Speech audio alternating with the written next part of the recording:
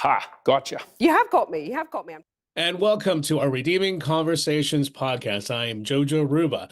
Thanks for joining us. We're really glad to be able to provide resources and help for you. And you see that I have a guest today. I'm so glad to have Jocelynn join us. I actually met Jocelynn at church, and she started having we had started having a conversation. We started talking, and she shared her testimony with me, and it was blown away by God's faithfulness and her willingness to share that with me. And now she's willing to share it with you. And I hope that as you hear her story, not only will you be blessed because of what God has done, but also see some great resources and some ideas that may be able to help you if you're in the middle of conversations with someone who's transgender or transitioning, or may yourself be thinking about that. So let me just read Jocelyn's bio and then we'll get started, Jocelynn, all right? So Jocelynn articulately speaks truth into darkness and seeks to dispel the lies and myths that exist to keep people separate from the only one that can save them, Jesus. She has been radically transformed by the love of Jesus Christ, and her identity is now firmly rooted in him. Knowing what it's like to walk the earth spiritually dead, deeply lost and broken, she has an evangelistic heart. She can uniquely speak to those in the LGBT community, those trapped by New Age deception, and those hurt by the trauma of abortion, having been rescued from these very places herself. She loves praying over people and watching God at work. She seeks to reveal the heart of the Father and direct them to the healing available in Christ, as it's his kindness that leads to repentance. She's passionate and bold speaker for Jesus, encouraging people to come into alignment with God's word, speaking one-on-one or in small or large groups, both in formal and in casual capacity. And Josh, I want to make sure people know we'll provide information on how they can reach you so that they can invite you to speak as well, because I think you'd be an amazing speaker for many of these churches, especially those young adults who need to hear from you. So Jocelynn, welcome. Thank you for joining us today. Thanks, Jojo. Yeah, I'm really glad to be here. Well, let's just start at the beginning then, because I think, as the writer of Hebrews says, sometimes God gives our stories so that we can help other people's stories. So, in terms of where your heart is, or what happened when you were growing up, and some of the questions that started to arise when you were at that age.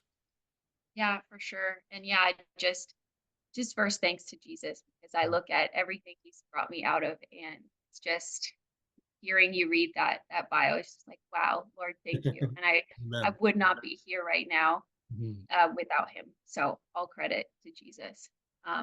So yeah, looking back on my life for some context, I went to church as a kid. My parents put me and my sister into church. It was a United Church. Um, it was mostly for, structure and like good values. There wasn't a lot of or any conversation about Jesus in the home in the day to day. And so I remember as a kid praying to Jesus at night, when I was going to bed, saying the like, now I lay me down to sleep prayer. That's not specifically in the Bible. But I do remember, talking with Jesus a little bit. But then as I got older, sort of nearing the end of elementary, I think about that time, my parents said, okay, you're getting old enough. You can decide if you want to keep going to church or stop. And at the time, I was just like, I don't really want to get up early. I don't really want to put on all these fancy dresses. And so I decided that, I didn't really see the point. I wasn't going to go. But another thing that also contributed to that was at the time, my sister had a friend who was gay, and they had been attending youth group. She was a bit older than me. And she had asked the youth group leader, what happens to gay people? Because I guess she had started to hear some things, about Christians, or I don't know what prompted specifically the question, but the leader responded, according to my sister, when she was retelling the story, quite bluntly, to say, well, they go to hell. And at the time, we didn't like that response. We thought it was kind of intense. Looking back, I'm like, that's a very unhelpful response, because you're saying it so matter of fact. And also, it's really not for us to say who is going to hell and who isn't. That's actually the Lord who judges and knows the heart of each person. Obviously, we know biblically that it is a sin, but there's so much more to be revealed within that, and to explain within that, and to have compassion for the situation, and so much more. And it wasn't a very compassionate or loving response. And Can I just So add, Jocelyn, it was also not complete because when your sister was saying, "Do gay people go to hell?"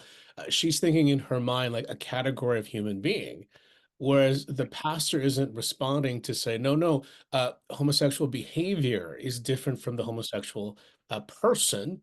And in fact, as Christians, and this is what we advocate, right, that we shouldn't even be labeling people based on their current sexual attractions because those change all the time, as you're going to tell us, right? So you're absolutely right. I think that's really important for us to interject here because as Christians, we need to know how to answer that specific question because it's more common than we realize. yeah, absolutely. I feel like that's such a common question people want to know is like, well, what about gay people? Do you hate gay people? And it's just like, whoa, okay, let's dial it back and like talk about the larger context here. So yeah, for sure. So from that, I logicked at the time, well, I don't want anything to do with that. That's not very inclusive. That's not very loving. I always had a heart for wanting everyone to feel included, everyone to feel loved. And so I didn't like that. And I think that also really informed a lot of my beliefs going forward, which was that Christians were homophobic and I wanted nothing to do with them. And so I really, yeah, I walked away and I didn't look back. And to be honest, there also wasn't, I don't even think, I didn't know the gospel. So I don't even, I didn't even know what I was fully walking away from. Yeah. But either way, I walked away. And so then I was sort of exploring other things. And I always had asked big questions like, why are we all here? What Mm, happens when you die? I really spent a lot of time thinking about that mm, and never really found a ton of responses that made sense. And then I learned about the first law of thermodynamics that energy can't be created or destroyed. And so I thought, okay, this is it. Like we're all energy. And so we must just transform into a different type of energy. I can obviously see when someone dies, they're physically not here, but maybe there's a soul that goes somewhere or something. And so I just started to kind of create my own understanding of reality and pick and choose whatever made sense and aligned with how I sort of was feeling, or, oh, yeah, that resonates, that doesn't resonate. And that led me right into new age, mm, mhm, new age thought and practices. And one of the first exposures to that was The Secret. And that's very much about how you can create your own reality by manifesting, by thinking about it in your mind and projecting it. Um, and so that really, what was interesting in there too was it seemed like, oh, okay, there's this like secret information that I've been missing out on and I can get access to. And it's funny because that's such a, that goes back to the original, like in the garden of like wanting to have knowledge of good and evil and opening our eyes in this belief there's secret knowledge. But I wasn't even aware of that, obviously, at the time. I just wanted to know truth. I wanted to understand what was going on. And so that led me into lots of new age stuff. And I also moved to Vancouver, and that really progressed that as well. But I'll take it a step back for a second and go back to how I started to kind of think that I was LGBTQ and how that all played out. Because for most of my life, um, I liked boys. I was interested in boys. I really didn't think about that at all. And in about, it was when I was 21 that I started to kind of think, whoa, maybe I'm a lesbian, but it didn't happen right all at once. I didn't really have a lot of exposure to LGBTQ people. I lived in Calgary. It was in that time, like I graduated in 2005. So that time in Calgary was very conservative. It's not all over the place like it is now. And so I just didn't really see myself in that capacity. I didn't even really think about it as an option. I knew men who were gay, but I didn't even know women. So it wasn't even something my brain was going to. I remember one time with my family, we were out for dinner and I saw a couple, two women together, intimate together, like holding hands at a table, like they were out on a date. And I remember like being so fascinated by this. And I would try to catch glances and be like, oh, this is, and I feel like that was starting to kind of plant seeds of like, oh, and it felt interesting and intriguing to me.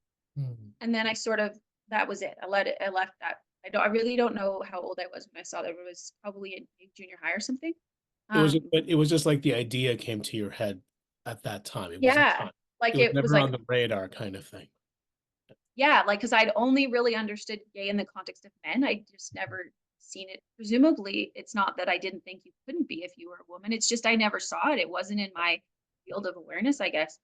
Um, and I remember being like intrigued. And also though, I remember sitting at the table thinking like, okay, my family can't know that I'm like specifically looking over there. Like I don't Right. want them to like wonder what, so that was, I don't really know fully what that was about, except that potentially just planting seeds. And um, then in high school, a friend, kind of a friend of a friend, I didn't know her too well, but one day she's like, okay, I have to tell you something. And I'm like, okay. And my other friend's there. And she's like, she's like clearly working up the courage. And I'm like, what is it? Like, it's all good. And then she's like, okay, like I'm a lesbian. And then she got so nervous and ran away. And I was like, oh, okay, like that's fine. I don't care. Like, I'm not going to see you any less and whatever. But when she's told me that, that also started to have me think like, oh, it Mm. started to become something like right in front of me and real. Like, it's like, oh, I actually know someone who likes women. Right. Like, Yeah. it seemed like such a distant thing. And now it was in front of me. And it started to have me thinking more of like, what would that even be like? What's it like to date a woman? And how does that work? And so again, like just seeds planted, thoughts percolating in my mind. Um, and that was high school. That was maybe 11, grade 11 or 12. Um, then now I'm outside of um, high school and I'm just, out with friends and partying. And I meet this woman and she's just so interesting to me. Like there's something different about her and I'm interested in her as more than a friend. And I was confused by that because that hadn't really happened before. I'd entertained it in my mind with just thinking about it in general since I'd started to hear this, know these other people who were lesbians, but never had I been kind of like involved personally. And then this happened and I kind of thought, huh, what's this about? And then I really started to think critically about like, could this be who I am? Like, and I remember I had moved out of my house and I was just sitting in my place. I had moved out of my parents' house, so I was on my own. And I just remember sitting in my room at my desk, like just thinking like, and I didn't even want to say it out loud. And it's funny because Mhm. looking back on that memory in the LGBTQ, I assigned what I assigned to that memory was, wow, look at my internalized homophobia that I was afraid to admit that I was a lesbian and Yes. Yeah, all yeah, these yeah, things. yeah, yeah. When in reality, looking back now, I'm like, no, it's not that I was afraid to admit it. It's just that there was this internal sense that this isn't actually right. Right. And I was coming up against that because Mhm. God's law is written on our hearts, whether we are actively following Jesus or not. And so that was interesting to look back on. But what really sort of informed my pursuit was that I wanted to be authentic. I thought, okay, well, if this is who I am, I don't want to hide it. I don't want to lie. I should figure this out. I wasn't exactly sure that it was who I was, So there's a but desire there in terms of wanting to embrace what a true identity. Like this yeah. is, I don't want to be false to myself. I don't want to lie to myself. And Mhm. I want to highlight that because I want to come back to that later on, Jocelyn, to really help those who are in that midst right now. Because when you struggle with those feelings, I think the idea of embracing the feelings is not the same thing as embracing the identity, because you have to do both. Right, would that be fair to say? Yes. Yeah. Um, well, it becomes first you're operating on feelings, but then it becomes your whole identity. Right. Um, Right. and and I don't fully comprehend why specifically with this that is the case because Mhm. if I start, I mean, maybe because feelings are so powerful and also like there's lots of influence, but I think about it in a different context. Like I love my cat. I have like, but I don't all of a sudden or like, maybe I love playing soccer, but I don't all of a sudden make that my entire identity. Like, I mean, I guess some people do like, oh, I'm a cat person. But still, it's one of many identities. It's not your entire identity. Right. Whereas I feel like with the LGBTQ, it becomes you. Like you cannot separate it. Yeah. Um, and that's also why I can understand when people who are in that community start to hear like, hey, this is a sin, this isn't wrong, or this isn't right. It's such a personal attack Mhm. because that's their entire that's you're saying that that's who I am. Uh Right. they believe that's who they are, and you're saying who I am is wrong. And it's Right. like, no, you're not wrong. You're beautiful. You've been created in the image of God and he loves you. But what you're doing Yeah. is wrong. Well, And that's a huge we would also say, right, the fact of the matter is it's not just that you're a beautiful person made in the image of God, but you deserve better than to be defined by your current sexual or gender confusion. And I think that's the heart of God's broken heart on this issue is he's offered us something so much better, and we're Yeah. embracing our current understanding of ourselves or our feelings to define us rather than God's feelings towards us. And I think I'm so glad you're sharing this because this is such an important part of the messaging young people especially need to hear on this is that they're better than. Not that they're worse, not that God hates them because they're gay, but no, you're more than just that because God made you more than just that. Yeah, amen. It's like we're in so many ways, we settle for scraps when God has this massive buffet and he's like, "Come, my child, sit. I want to love you." And like you don't even see how many scraps you're settling for. And yeah, it is really unfortunate because in that mindset, it's seen as you're I don't know, just so many negative things like you're trying to change who I am or you're trying to erase me or you don't like me. And it's just like it's just like come up to this like bird's eye view and see so much more. There's so much more, exactly. So then, Jocelyn, what was going on then? So you met this woman, you were Yeah. intrigued by her, and then Yeah. So you tell us more about what's going on. yeah. So sort of back to being in my bedroom where I'm like contemplating, like, am I a lesbian? Like, and again with this like desire for authenticity. And I do see that as a Christ that is from Christ, a desire to be authentic, but the enemy perverted it. And I didn't know I wanted to be who I was, but I didn't know who I was. And I didn't have a firm foundation in Jesus. So I'm just like going out into the world, like, is this who I am? Is this who I am? Is this who I am?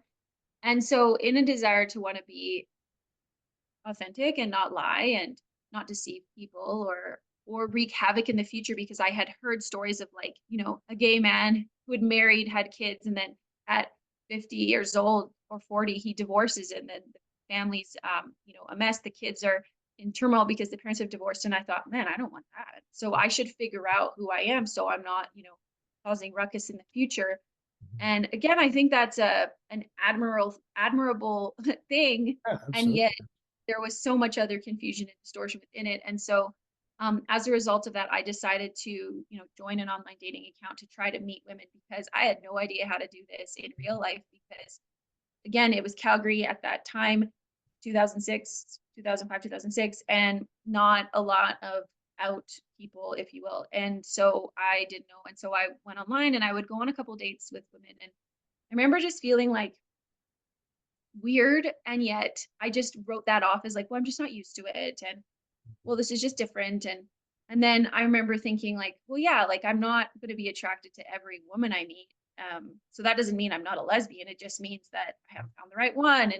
Mhm. Um, and I would sort of try to compare it to like being straight and men. And I'm like, well, yeah, like I'm not attracted to every man. So, and I just sort of continued to try to figure that out. And it caused a lot of confusion. And when we were talking about having our identity defined by our feelings, for me, it's like it kept changing. So at first, I started identifying as a lesbian. Then I identified as bisexual because um, I figured, well, I still like guys, so I can't just be lesbian, so I'm bisexual. And then I identified as pansexual because I was like, well, gender is a construct, and Mm, it's not really about the gender for me. It's more about the person. So I'm pansexual. And then I was still, even though I was saying that in my head, I was still like, okay, but like, should I be with a man or a woman? Like, who mhm, would I marry? Like a man or like, who would I spend the rest of my life with? I mhm. couldn't decide. And I was like, oh my goodness, like, how will I know? And then I'm like, oh, okay, well, maybe I'll be polyamorous and then I can have one leash and I don't have to decide. And then so I was Sorry, just define that term, Jocelyn, if you don't mind, because some people may polyamorous. not understand. Yeah, yeah. Yeah. So, as opposed to monogamy is like you're with one other person and you're together, and then polyamory is like um, Mhm. multiple people that you are deciding to be with, like And long term. and that's like a sexual identity now too, right? It isn't just, oh, I want to be with multiple people. No, this is my identity that I want to be with multiple people. This is what Mhm. defines me, like being gay or lesbian or trans. Yeah, yeah, exactly. And so I did that for a bit. There's actually like, there's groups of people who get together and they're like, yeah, we're polyamorous, come and, and there's so many things that are out there. But I quickly was like, no, okay, this isn't for me because I like, yeah, I can't handle like, I don't know, just sharing people that it's just, we're not meant for that. We're actually meant for monogamy. So it wasn't good. And so I was like, okay, no, that's not who I am. And so all these different attempts at being like, okay, I'm this, I'm this, I'm this. And it's always changing. And it's so destabilizing. Right. Looking back, I see how destabilizing it really was. At the time, it was all I knew. But yeah, it was chaotic and confusing. And the Bible says that God is not a God of confusion. Yeah. And so I often come back to that. And so I ended up, as I said, I moved to Vancouver, and that was in 2010.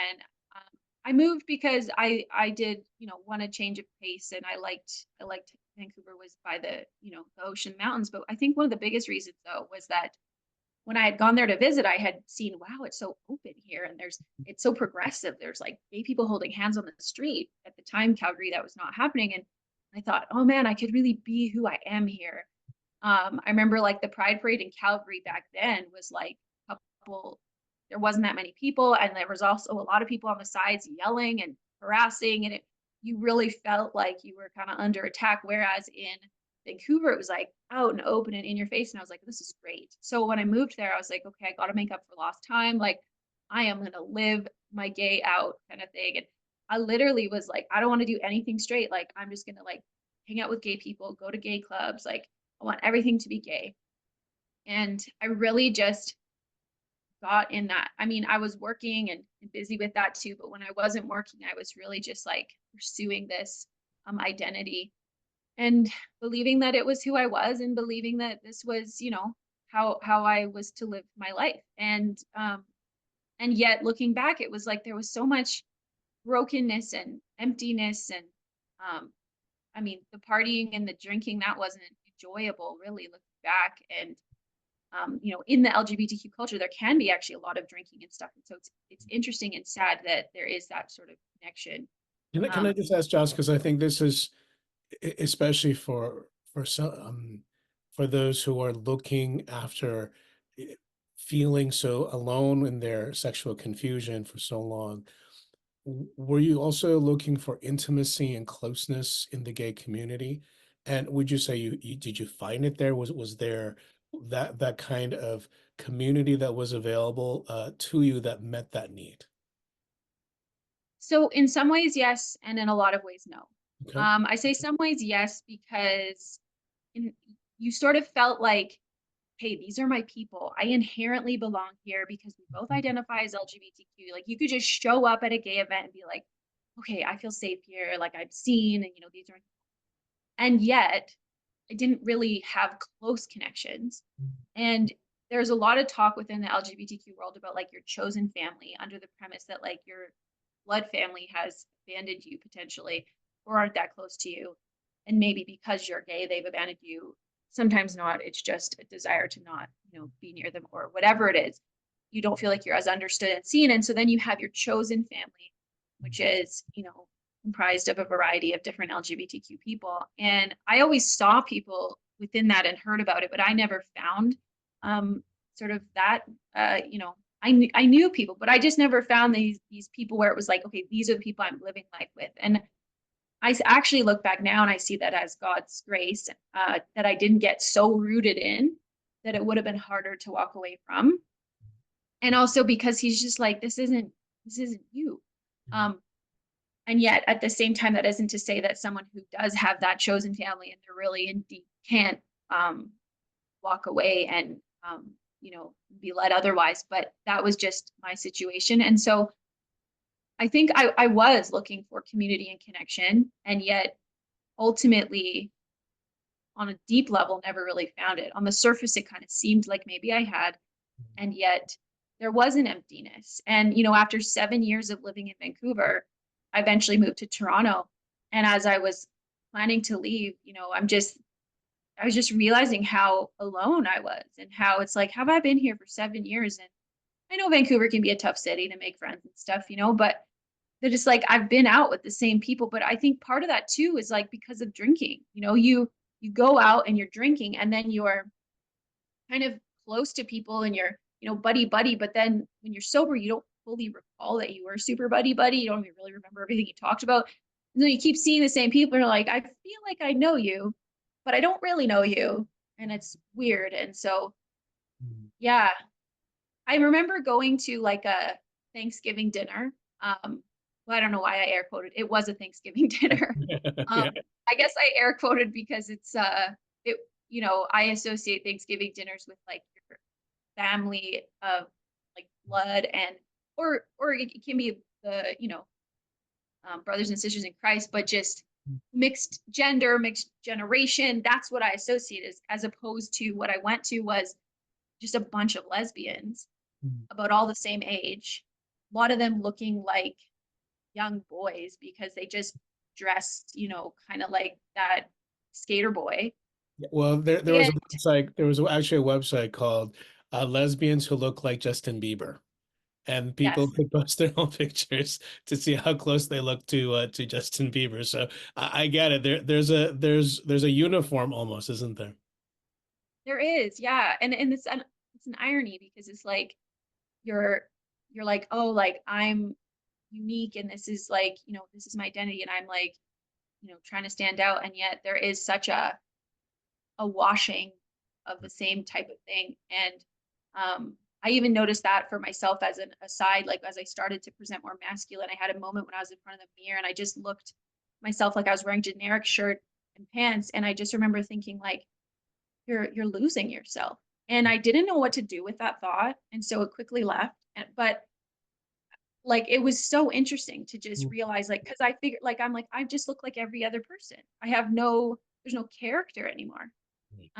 But so I went to this Thanksgiving dinner and I just remember like feeling so out of place there and feeling there was something missing. Like it was like, and I was confused by that. And I didn't know how to explain it. Mm. As I'm even talking about it now, it's making a lot more sense because I hadn't really thought about that one memory. But I remember just feeling not connected to these people. I was sitting around, but I felt like such an outsider, um, and that something was missing. And at the time, I think I just thought like, oh, it's just maybe I'm just awkward and I don't know how to connect. But I think it's actually it's much deeper than that. Mm. Yeah. Yeah. So you moved to Toronto, and can you just catch us up?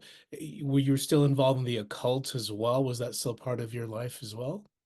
Yeah, so as I was in Vancouver, I got deeper and deeper into the new age because all the while, I have this like inner turmoil and pain and unhealed stuff, whatever it is, just so much stuff, from like not even massive things that happen, but sometimes it's the little things. Like it's the way you wanted to be tended to as a kid that maybe you weren't because your parents couldn't meet that or whatever. But it was like my heart was wounded and it needed fixing. And for the record, like I don't blame my parents. They did the best they can, but it's just a reality. We live in a broken world. We live in a sinful world, Yeah. and people are broken. And if they haven't been healed by Jesus, if they don't know Jesus, it's really hard to Well, love and absolutely. And ultimately, I mean, this is the lessons that I think as a child you don't realize, but your parents or your friends, they cannot fulfill all of your relational needs,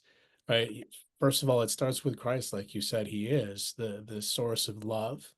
But also God designed us with different love needs that different kinds of people give, right? We can talk about that another time, but really, like what your story tells me is that we all long for intimacy, but if you try to find intimacy in a way God hasn't designed, you won't actually find it there. Or you yeah, think you may find it there for a season, but it's not long lasting. Only yeah, when those relationships are grounded in Christ will we actually see the fruit, the ideas of what we need be fulfilled because they're actually fulfilled in the way we were designed mm, to have. So tell us more then in terms of the yeah. occult, you continue that in Toronto as well? Yeah, so yeah, I was just gonna say that I got deeper into it, and Vancouver was a prime place for that. And then Was, yeah. I remember even just like I went to a guy who's identified as an intuitive, And I didn't want to go to a psychic because I heard, stereotypes of like, oh, that like psychic hotline. And it's like, okay, that's cheesy, but I'll go to intuitive. And he did a workshop for how to like grow your intuition. And these things sound so innocent. She's like, oh, intuition, like, oh, that's good. Let's grow that. But he was a psychic. He just called himself an intuitive. And he would like, communicate with spirits and all these things. And I remember asking him even about tarot cards, like, oh, I heard you're not supposed to like buy your own because you get bad luck. And he was very much like, no, you're living in fear. You don't need to like subscribe to that. Like you can go buy yourself a deck, just see which one stands out to you and, just bless it, put yourself in light in a bubble. You're all good. And I was Wow. like, yeah, okay, that subscribes to, that matches like what I already believe in. Yeah, I agree. I'm not going to live in fear. And so, I proceeded to go deeper. And Mm. so I moved to Toronto in 2017, but in 2016 is when I did actually get pregnant and I ended up having an abortion. Wow. And I share that for, well, multiple reasons, but that is what contributed a lot to my heaviness and grief and pain. I already had some of that. This just amplified it even more, but I didn't actually know Mm. because I didn't really know that abortion could be that psychologically and spiritually traumatic. Um, I really had no understanding. I didn't really know anyone that had had an abortion. Um, when I was pregnant and figuring out what I should do, I learned that one of my friends had had one, but she was very casual about it. And so I thought, okay, well, she seems okay. And now I look at her actually, and I connect the dots because I'm like, she's had such a heaviness, and her zest for life has been drained from her. And I'm like, that is post-abortive grief and trauma. Absolutely. Um, Hey, Joss, can I and can I just ask, because some people may be thinking this, so for the our audience sake as well. So you were running around identifying as a lesbian, so they may ask, well, how did you get pregnant though? How did that work? So just for the sake of our yeah, audience, explain. for sure. I was thinking that too, actually. I was saying that. Well, and that's because so I would spend in my head, I was like, I need to date. I need like I was still like, who should I be with? Right. Because I had that moment where I was like, maybe I'm polyamorous. And then I was like, no, definitely monogamous. But then I'm like, but like, should I be with a man or a woman? So when I would date a man, I would miss or feel like I was missing out on things. Um, like, and then when I would date a woman, I would feel like I wasn't um getting the like emotional connection or safety protection that I didn't get that. Um and it's like, yeah, actually that's God, that's a role that men fulfill, is that protective role. And so it makes sense that I wasn't getting that in relationship with a woman. And so I think in my head I had reason that like, okay, I need to like long-term date a man and then need to long-term date a woman, and then I'll be able to figure out like Right. what's better. Wow. And Okay. so I had it had often been the case where I was like, okay, I'm planning to try to find a woman to date. And then Mm. I would never end up finding someone where I could feel like I actually like date long term. And all the while I was trying to do that, I would like meet other people. And so this ended up happening. I was sort of looking for women, but I ended up meeting this guy, and we ended up dating for a year, a little bit longer than a year. And that was the father of my child. And yet it's just interesting because we were more friends, I would say. Like we lived together, but I had two bedrooms, and I was really adamant that like, I want my own space. So you can go in this bedroom, I'll go in this bedroom.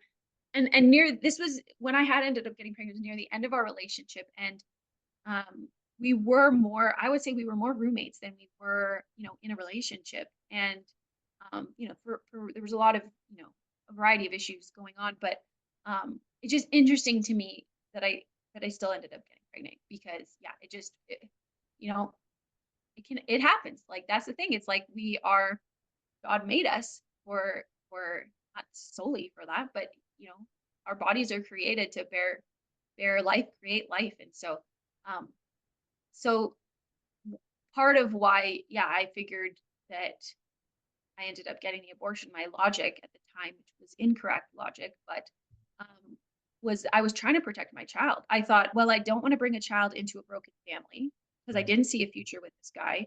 I thought I can barely parent myself. How am I going to parent a child?